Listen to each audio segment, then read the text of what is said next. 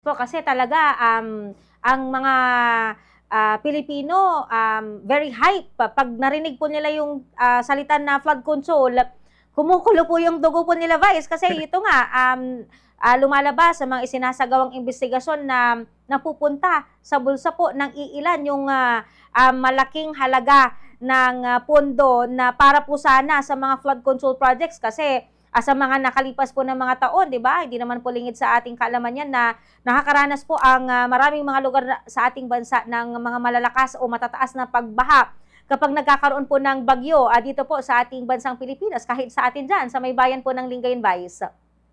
Oo, oo. Kaya tama 'yan, kaya dapat talaga nating mas alamin na ngayon, kasi this is also a wake up call no? Mhm. Sa atin kasi hindi natin siya masyadong napapansin noon kasi hindi nabibigyan ng atensyon, Yeah. no? Kahit ikaw alam mo naman 'yan, Mhm. Justin, no? Hindi Mhm. naman natin alam na gano'n pala kalalaki ang pondo ng flood Yes. control projects, Mhm. no, na nanggagaling sa national. Kaya it is very alarming. At the same time, this is also a great opportunity for us na mas maging aware, na mas namulat tayo na meron palang mga ganitong programa na pwede nating pakialaman, pwede nating alamin, at pwede nating ah, i-check nang sa ganon proper ang implementation nito. Okay po. Vice, baka meron po kayong mga panawagan nais pong ipabatid, lalong-lalo na sa mga kapapop pa rin po ninyo, mga busy alkalde na dumami pa yung mga tututok dito po sa panawagan nga po na magkaroon po ng malaliman pa pong investigasyon na dito nga po sa mga flood control project sa ating bansa. Ito nga po nga panawagan ng transparency at accountability sa bagay po na ito. Go ahead po, Vice. Yes, maraming salamat, no. Unang-una sa lahat, nakikiusap at nananawagan ako sa lahat ng mga vice mayors na katulad ko na equally good and honest public servants, no. Na sana po palakasin natin ang ating boses ng bilang mga busy alkalde in aid of legislation na tulungan kung paano po natin aayusin yung problema sa flood control projects.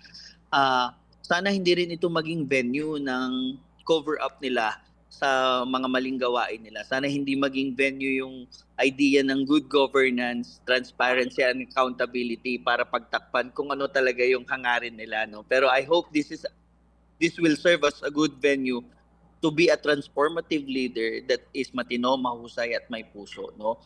Ah, ang Kasi ngayon, pag sinabi mong good governance, napakahirap maniwalaan minsan kung ang character ng isang leader ay hindi naman talaga saklaw doon sa idea of good governance. Good Mhm. governance kasi ingredient niyan, dapat meron kang matinong character.